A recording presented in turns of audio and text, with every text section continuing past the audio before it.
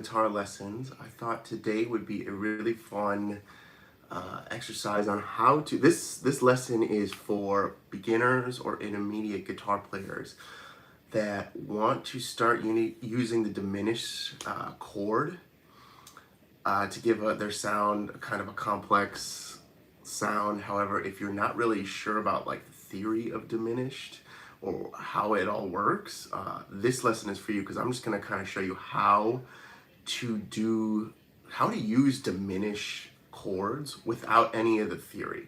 Okay, we're gonna just like skip, we're gonna go right around it, and we're just gonna learn how to play it. So if anyone's just joining, diminished lesson with no music theory required. So I'm just gonna kind of jump into it. I'm gonna give you two ways to do this, like two instances. So let's say we have an A minor scale, or sorry, let's just say we have an A minor chord. And also, this is a Q&A. I'm going live right now, so like if you have any questions, feel free to jump in. It could be about diminished scale or whatever.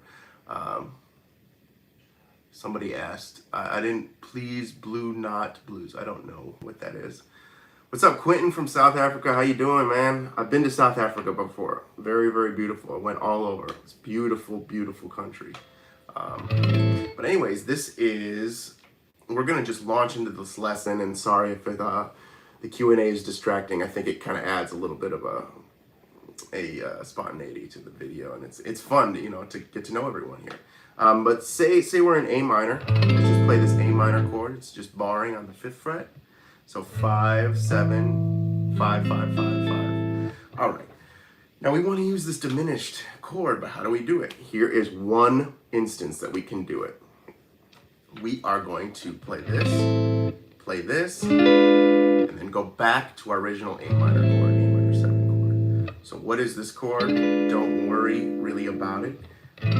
This chord is essentially a diminished chord. It's a G sharp diminished chord, and the fingering is, I'm using my first finger on the D string, 6th fret, so 6, and using my ring finger to play the G string 7th fret, my middle finger to play the B string 6th fret, and finally my pinky to play the E string 7th fret. So we have this little shape. It's our diminished shape. So what we're doing is we're literally just playing this A minor chord, and if we want to add a little like tension, we can throw in this little chord right here, this diminished chord, and go back to our A minor. So that's like our first instance of when to do this. Our second instance is like, maybe to be a little more clear, that first instance is for staying stagnant on that A minor chord.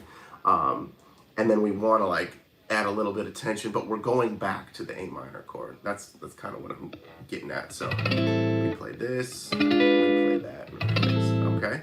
Our second instance is if we're going somewhere, like if that A minor is actually going somewhere else. And most commonly, that A minor or that A would go to a D.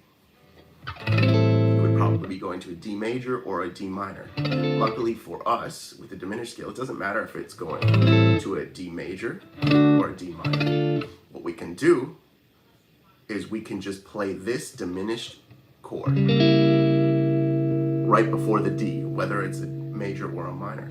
So let's hear this in context. So we're play this, or if it was a D major, wouldn't really matter.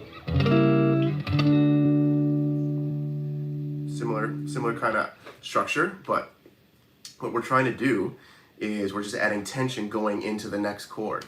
That's like such a cool little technique that a lot of people use. And what we're doing is we are playing this diminished shape. I'm using my middle finger, 4th fret, A string, my ring finger, 5th fret, my first finger, 3rd fret, and my pinky, 5th fret. So let's play that again really slow.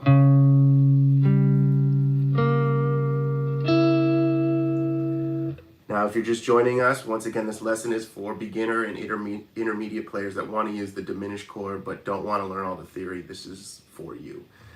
So we are on our second technique on how to do this. So A minor, this shape, diminished chord, C sharp diminished, and going to a D minor chord. That's about it. That is such a cool. Now here's a little bonus if anyone's sticking around. I'm gonna check the chat real quick. I'm gonna give you a little bonus feature.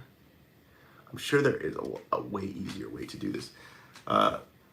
Tyler Sampson says, all good. Thank you for the lessons. Thank you for watching, man. I'm glad here to help out. So Rajesh asks a question. He says, I got to figure out a better way how to access this chat, but he says my understanding of diminished chord is to build up to the minor seventh chord, etc. Yes, Rajesh. This live stream is not for like the technical aspect of diminished. This is just how to really quickly apply it in like a couple of seconds, you know. And I can make timestamps or whatever.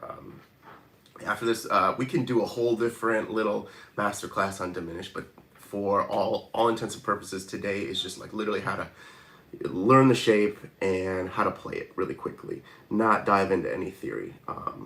But you know, thank you for kind of any like insights you have, or you know, just the back and forth, because we're kind of all learning together here. But yeah, this is so here was my bonus. So anyone that's just tuning in, we're learning how to use diminished chords very simply, no theory required. I'm literally just teaching you the shape. Quentin asks, is it the same as the Barry Harris diminished scale concept? No, it's not. This Barry Harris's thing is very useful, but it's like a scale. Right now I'm teaching you how it would apply in like music, I guess. So like Barry Harris is like the ABCs. Right now I'm teaching you some sentences. And then to push it a step further, eventually you'd be writing your own stories, right? So that's the kind of analogy I'll go with. But anyways, we have this first technique. If we're staying stagnant on the one chord, we can do this, great. We can, that was our first technique. Our second technique was playing A minor, and then say the most commonly, we're trying to go somewhere else, going to a D. All right, so we're gonna play the C sharp diminished scale, going into the D, and it could be a D minor or a D major, doesn't really matter. That would be our most common movement. Now here is the fun little kicker. A beginner or intermediate player might not know this, but what's so cool about the diminished chord is you can move it, slide it up and down the neck in intervals of 3. What do I mean by that? So like, I'm gonna go like this, and then I can go up 3 frets. So 1, 2, 3, cool. So now my pinky is on the 10th fret, and it's the same chord. We don't need to know why, theoretically right now. All we're doing is just kind of, and we can keep sliding it up and down. Now this, we can get creative with that, but that can allow you to make melodies, and it's a really useful tool. So that's like the little bonus, if you guys have been sticking around for this video, is that we can slide that shape around. So okay, so say in our first example, A minor to this like G sharp diminished. Say instead of just playing like that, we can slide it up or down 3 frets. So cool. So we can go. We go back home. Oh, all of a sudden, do you hear that? Like, you hear that melody? Really cool way. You don't have to know why it works or any music theory. I'm just telling you that's how music is constructed. And then in our second example, the same thing would apply. So we're like an A minor, and then we want to go to a D. Say D minor 7, we have this C sharp diminished, but say we want to move it up, like we want to make some melodies. So why does it work? We'll get into that later, but for now, all you need to know is you can move this diminished up and down 3 frets, which is so cool. Such a cool music theory hack. All right, I'm gonna check the chat real quick and see if anyone has any questions. Thank you everybody for tuning in. I don't want to have too long of a live stream here today. He said that trick really helps up the funk if you do it quick.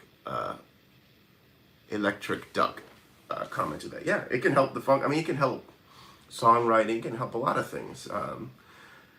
It can help you as a solo guitar player, or just adding some melodies to your playing. But yeah, I think this was like I was trying to think like, okay, what would be a really useful way to explain the diminished without getting too complicated. I don't like to get like too complicated in these live streams and these little like mini master classes, I guess. And I think the diminished is a really unique sounding chord, and it can create a lot of tension and a lot of interest to the listener. To me, it's like, oh, where are we going? That's like the feeling. It's like, oh, and it's something complicated. It sounds complex, but if you want to just quickly use it without any of the, you know, the theory, and we don't have to sit at a chalkboard drawing out everything like, oh, here's a flat, a fifth, or what. Don't worry about that. We can get into that, but yeah, this is for you essentially. Just a quick little intro to diminished. And I just somebody commented, Electric Duck was saying, not in solos, but like a Django Reinhardt. Yeah, of course, Django, one of the great guitar players of the 20th century. Amazing guitar player. If you haven't checked out Django Reinhardt, he is a virtuoso that was a gypsy, and he was burned in a caravan at the age of 18. These two fingers on his fretting hand were rendered effectively useless. They became little nubs, and he basically played guitar with this finger and this finger, and developed a very cool, unique technique, playing not up and down like this, how we normally play scales, like, you know, this. Maybe he would be playing, you know, he would be playing with just these two fingers. And yeah, Electric Ducks was saying 2 fingers better, I can do it 10. Absolutely, same. He developed his own sound using the diminished. Anyways, we're kind of getting a little off track, but if anyone has any questions, I'll do a little Q&A right now, or if you just want to pop in and say hi, that'd be cool. Just introduce yourself. If you guys are new to the channel, my name is Alec. I am a guitar player and producer out here in Los Angeles, California, and my goal in making this channel is just to share with you all the shortcuts and the secrets that have taken me a long time to learn and distill. And I'm trying to help out, like, what would be, I'm trying to help everyone get to where they want to go. Like, basically this is not the channel for shredding or any of that. This is just to create beautiful music, and to do so in like the simplest way possible. So we're not going to get caught up in academia. We can go down that road if anyone's interested, but yeah, this is just to create beautiful music that people connect with, guitar playing, soloing, and all that stuff. And we'll uncover a lot in this channel. But anyways, somebody said hi from Sweden. Dennis, what's up? Hi from LA. Thanks for tuning in. Electric Ducks is saying hi. You gave me a lesson about a year ago. It was fantastic. This dude knows his stuff. Thanks again. All right. Well, I'm glad it was a useful lesson, and yeah, I hope you're still using some of that information. And thanks for joining me today in this live stream. There's got to be a better way than do this. I'm like clicking on this phone. I love your cover of Broadway. Thanks for the lessons, Quinn said. Oh, no problem. Absolutely. That's what we're here for. That's what I'm here for. If anyone, I'm going to stay on for maybe another couple minutes or so, and then I'm going to sign off. But anyways, yeah, this is welcome to the channel. And thank you so much for tuning in. If people are just getting it, wow, we have 12 people watching now that are live. I was just covering a masterclass on, not even a masterclass. It was more like little, how to use the diminished chord without knowing theory. It was for beginner and intermediate players. And I gave 2 examples with like a little bonus tip. Dennis Dennis Svensson asked, what is my favorite guitar? My favorite guitar is actually, it's not this one. It is a white Stratocaster that my grandparents bought for me when I was 12 or 13. I bought it from Mars Music, which was a competitor of Guitar Center at the time.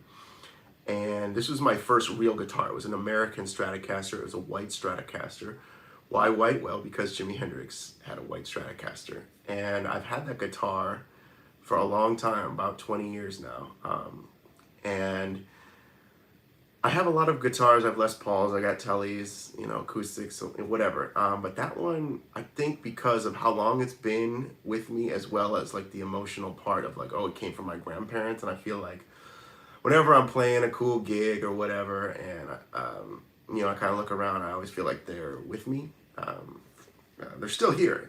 You know, they're still around, but they don't live in the same state as I do. So I don't get to talk to them as much as I would like, and it's a really great like reminder that they're always kind of there, and that's why it's my favorite, the white Strat.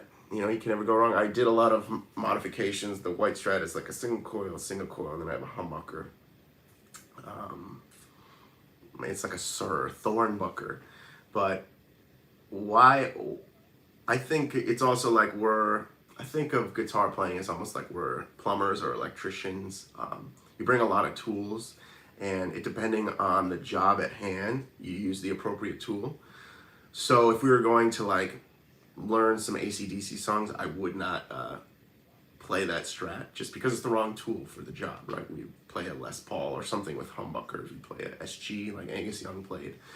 And similarly, like if we were going to do something funky, or, you know, it just depending on the song and the job, we should tailor our guitars accordingly, rather than be like, this is the guitar I play. And I'm coming at it from more of like a guitar player that is trying to serve the song rather than like being an artist. Someone like Derek Trucks is an artist, and he is playing the same guitar for every song that Gibson SG, because his music is very like that's what he does. But if like say one day you're playing a slow Norah Jones song and the next day you're playing like a fast Michael Jackson song, well, you're probably gonna need different tools based on like the song and the vibe, and we can get all into that later on this channel, like my thought process behind each one, which will help you guys inevitably just make the decision right there on the spot, like, oh, this is a, you know, an XYZ session, or, oh, hey, I'm going for this sound. I want to sound like Wawa Watson, or I want to sound like David Gilmour, or I want to sound like Jubu Smith. Well, you'll know how to do that.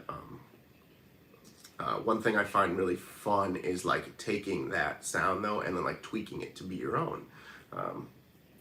So, you know, if I wanted to sound like, say, Jubu Smith, that was the last, he plays like a guitar with a bunch of modifications, a telly with like, you know, 2 humbuckers, but then he can do all this like split coil stuff, whatever. That's fine and great, that works for him. But it's fun to like, okay, we take what we know and then we apply it to our own style, right? Because we're another big thing on this channel I want to discover for everyone is like getting people's own style, their own unique style. And usually that comes with first imitating somebody, and then you integrate it into your playing, and then finally you innovate it. So say I wanted to be like, you know, Eddie Van Halen. First I'd integrate it, I'd learn his licks, and then I would go out and like jam with some friends, or I'd play just some backing tracks at home. And finally I would create, like I would innovate and make my own little deviations. Like, oh, maybe like tapping doesn't work. Maybe I can do two-handed tapping, or maybe I can, you know, modify it in some way that is unique to my own style and like the way I process music. And that's a really, really fun exercise that I want to uncover for everyone here. It's just discovering your own sound and your own unique way of playing, and we're gonna get there through studying great musicians, great guitar players, great producers. But anyways, I think this live stream has gone on a little, like just the right amount of time, maybe getting a little long, especially if people just want to like know this information, get in and get out. But thank you everyone for tuning in. It looks like we got about 11 people tuning up right now. And yeah, I'm really, really grateful for everyone that's, stuck around, and hopefully, we can continue doing this. I would love to learn a lot more about, where you guys come from, your background on playing, things that you want to learn in the future. That would be, yeah. And then, based on that, I can, come on and help out with whatever. But also, I just, I'm coming on and sharing some of my advice that I've learned along the years, and hopefully allows people to create like a little shortcut or like a little hack to get to where they want to go quicker. And all right, so I'm going to sign off for the day. I'm just going to answer the final question. Electric Duck says, I've been on a Nuno Betancourt kick. Have you delved into his playing before? I have never heard of Nuno Betancourt. If you want to, like, in the comments section, maybe leave like your favorite song. That would be cool. I would love to check it out. I check out everything. Like, if somebody has a recommendation, I always check out what song they recommended or what album they recommended. He said, Electric Duck says, well, my life is about to change. All right, good. It's been I had my coffee this morning, worked out, but yeah, I could use a life-changing Monday. That sounds good. So send me, Get the Funk Out by Extreme. Yeah, send it in the comments section rather than the chat, because the chat disappears. But yeah, thank you everyone. Alec here signing off. Hope this has been a useful live stream, and I will talk to you soon. Take care.